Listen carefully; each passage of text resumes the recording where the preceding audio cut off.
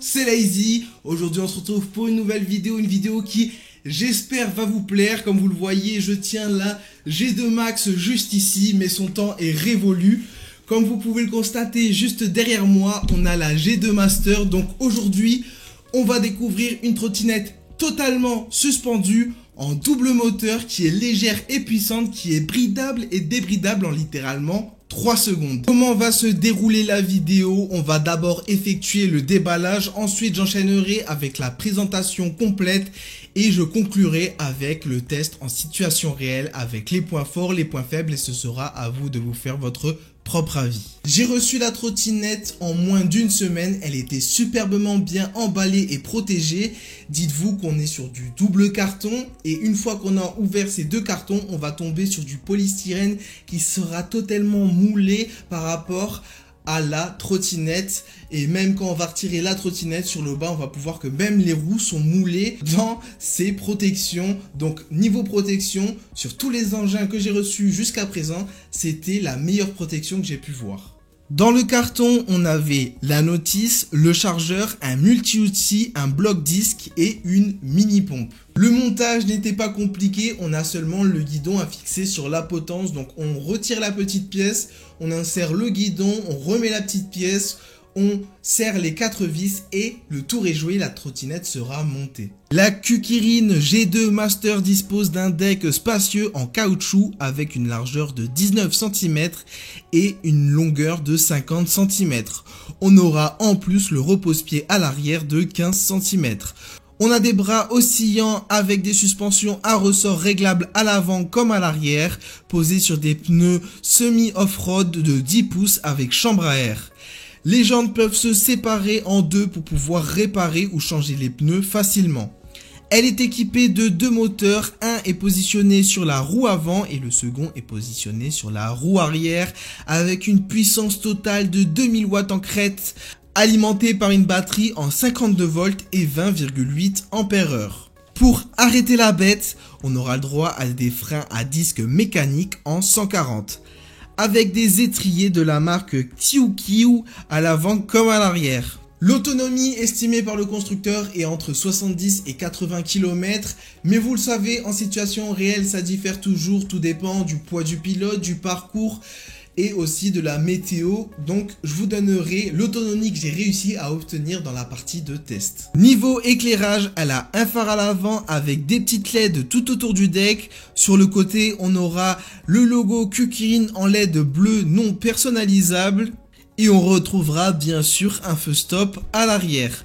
Sur le guidon, la première chose qu'on remarque, c'est son grand écran monochrome. On y retrouvera une multitude d'informations différentes comme le niveau de la batterie sur 10 bâtons, le voltage de la batterie, le kilométrage total ou journalier, ainsi que notre mode de vitesse et la vitesse à laquelle on se déplace. Sur le guidon, on retrouvera 2 poignées en caoutchouc ergonomique. Sur la gauche, on a le premier commodo où on pourra allumer ou éteindre l'éclairage, activer les clignotants ou klaxonner. Sur la droite, on a la gâchette d'accélération avec un revêtement en caoutchouc. On aura un bouton on-off et un bouton SD pour activer ou désactiver le double moteur, c'est single dual motor. Et pour finir, on dispose de 2 poignées de frein classiques. On dispose de 3 modes de vitesse, la vitesse max en mode bridé est de 25 km/h et on pourra aller jusqu'à 60 km/h en mode débridé. Elle pèse 33 kg, elle peut supporter un poids maximum de 120 kg. La hauteur du guidon est réglable sur 3 positions. Le régulateur de vitesse n'est pas activé d'origine, mais vous pourrez très bien le faire vous-même dans les paramètres. Elle est IP54 en termes d'étanchéité et pour la charge, il faudra compter environ 10 heures.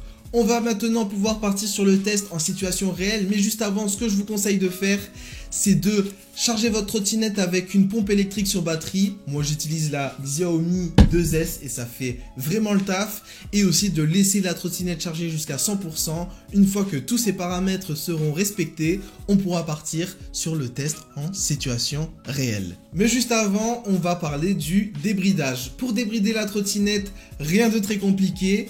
Vous allumez la trottinette, une fois qu'elle est allumée, vous appuyez légèrement sur le frein jusqu'à que le logo de freinage apparaisse sur l'écran et là vous double-cliquez sur le bouton Power et le tour est joué, la trottinette sera débridée. Pour brider la trottinette, il faudra exactement effectuer la même manipulation.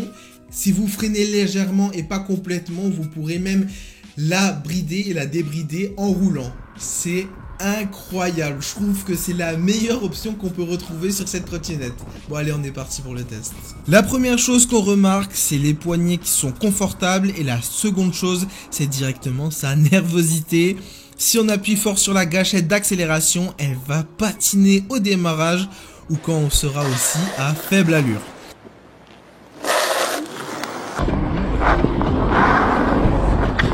Il faudra doser avec délicatesse la gâchette d'accélération si vous voulez une accélération douce ou sinon vous pouvez aussi vous mettre en single moteur car le double moteur ça décoiffe. La Q-Kirin G2 Master est stable et super maniable, on a un bon angle de braquage, on a des suspensions plutôt rigides, elle gommera parfaitement les petites imperfections et on ressentira pas les routes en mauvais état, mais on n'aura pas cette sensation d'avoir une suspension nuageuse et super moelleuse comme on pouvait avoir sur la G2 Max, mais on aura une meilleure stabilité et on aura moins cet effet de flottement en roulant sur la G2 Master comparé à la G2 Max encore une fois. Je me suis rendu en forêt sur des chemins en terre et c'était vraiment top. Je me sentais en sécurité, les pneus accrochaient bien. Je roulais à 40 km/h avec une sérénité absolue, même si elle est plus destinée à la ville et au bitume, plus qu'au off-road pur. On a 3 modes de vitesse différentes, 20, 40 et 60 km/h. En mode bridé, on aura 15, 20 et 25 km/h. J'aurais aimé avoir la possibilité d'avoir une vitesse à 30 km/h. C'est une vitesse de croisière que j'apprécie beaucoup. Mais on pourra pallier ce souci avec le régulateur de vitesse. Si vous l'activez dans les paramètres, vous pourrez vous caler à la vitesse que vous souhaitez. Et au bout de 10 secondes, là, vous pourrez relâcher la gâchette d'accélération et la trottinette continuera à avancer. On dispose de plusieurs types de conduites différentes. En monomoteur, l'accélération sera plutôt douce et progressive. On aura l'impression d'être sur une trottinette assez classique. Et en vitesse 2, on sera à 38 km/h à la place de 40 quand on active les doubles moteurs. En activant le mode dual moteur, elle va devenir démoniaque, hyper dynamique et nerveuse. Elle patinera au démarrage si on appuie fort sur l'accélérateur. Qu'on soit en vitesse 1 ou 3, elle va être nerveuse. On sent qu'elle a du couple. Par exemple, si vous roulez à une allure de 35 km/h et d'un coup vous décidez d'accélérer la cadence et que vous appuyez fort sur la gâchette d'accélération, vous allez être directement tiré et propulsé vers l'arrière. Sur le papier, il est indiqué qu'elle peut monter jusqu'à 60 km/h. On va voir si dans la réalité, elle y arrive. J'avais effectué mon test de vitesse VMAX avec la G2 Max juste ici, donc j'ai décidé de réitérer la chose. Donc on va voir jusqu'à combien de km/h elle va pousser. Allez, c'est parti. Elle patine directement au démarrage.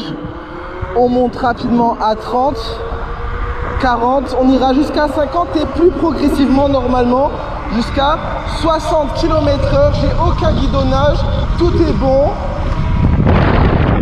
Ralentis juste ici, là, hop, petite pointe d'accélération. Voilà, je suis à 60. Donc 60 en vitesse max. 25 km/h, on va voir la distance du freinage à partir du poteau. C'est parti. Ouh, je suis même sorti de la trottinette, cousin. Quand on sera projeté à 25 km/h, il nous faudra 2,30 m pour s'arrêter totalement. Et maintenant, on va faire la même chose à 40 km/h. Allez, c'est parti.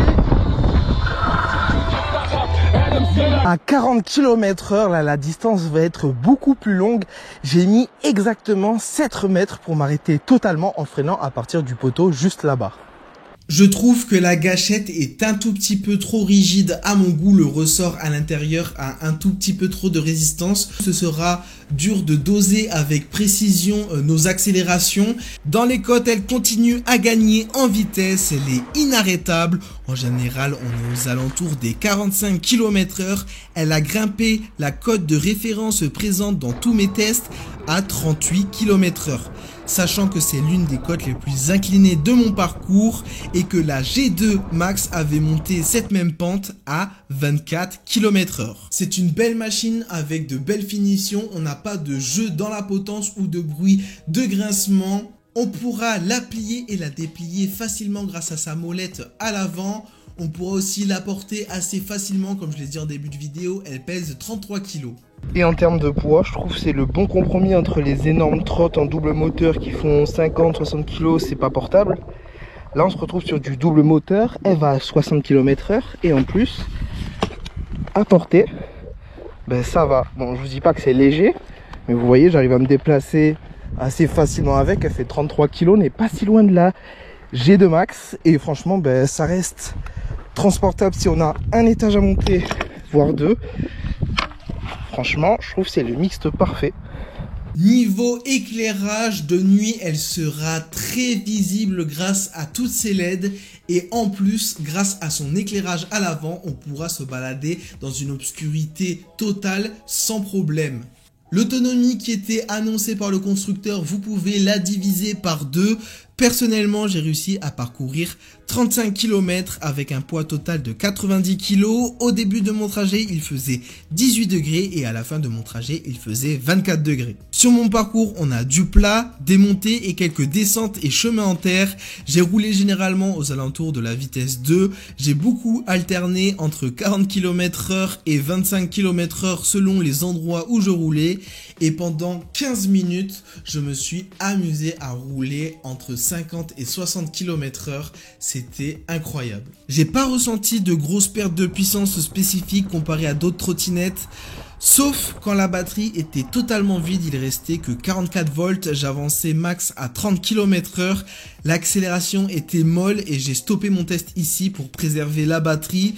En restant bridé à 25 km/h, vous pourrez parcourir plus de 40 km sans problème.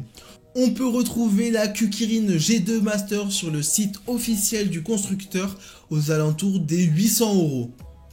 Là, on est sur un prix plus qu'abordable pour tout ce qu'elle propose. Allez, je vais enchaîner avec tous les points faibles et tous les points forts. Malgré le titre de la vidéo, elle ne peut pas être 100% parfaite, donc je vais lui citer tous ses points faibles et j'enchaînerai avec tous ses points forts. Le premier point faible, c'est qu'elle n'a pas de batterie amovible, on n'a pas de démarreur à clé, les clignotants sont mal placés et sont visibles seulement de nuit, le logo Kukirin en LED bleu est non personnalisable, les poignées peuvent pivoter sur elles-mêmes au fil du temps, on n'a pas de frein hydraulique ou d'étrier hydraulique. Et le dernier point faible qui est en même temps un de ses points forts, c'est ces suspensions qui sont un tout petit peu trop rigides. Donc on n'aura pas cette sensation d'être sur quelque chose de moelleux, mais par contre quand on va bombarder, qu'on va rouler à 50-60 km/h, on n'aura pas cet effet bateau et on aura moins de guidonnement. Ensuite, le plus gros point fort de cette trottinette, c'est qu'elle est débridable et bridable en littéralement 3 secondes même en roulant.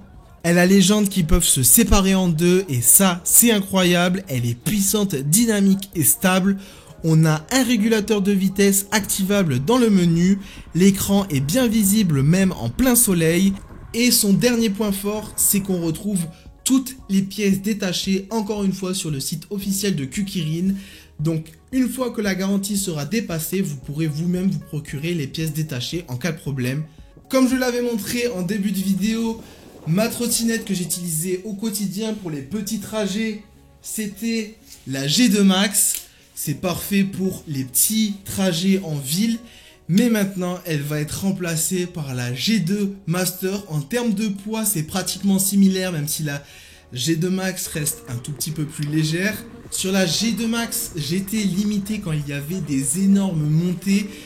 Sur un des terrains off-road où je vais, il y a une montée où la G2 Max, je suis obligé de l'aider en mettant un petit coup de pied sur le sol pour l'aider à grimper. Car ça reste une trottinette quand même en monomoteur, alors qu'avec la G2 Master, dans cette même montée, j'étais obligé de ralentir tellement qu'elle était puissante et que si j'accélérais trop, elle patinait dans la montée. Et la G2 Master arrivait à grimper cette montée avec une facilité déconcertante. En tout cas, moi j'ai fait le tour. Si jamais vous voulez voir le test de la vidéo de la G2 Max, je vous la mets en lien épinglé juste en dessous de cette vidéo. Si jamais vous avez des questions, que ce soit sur la G2 Master, la G2 Max ou d'autres modèles, n'hésitez pas à me le faire aussi dans l'espace commentaire.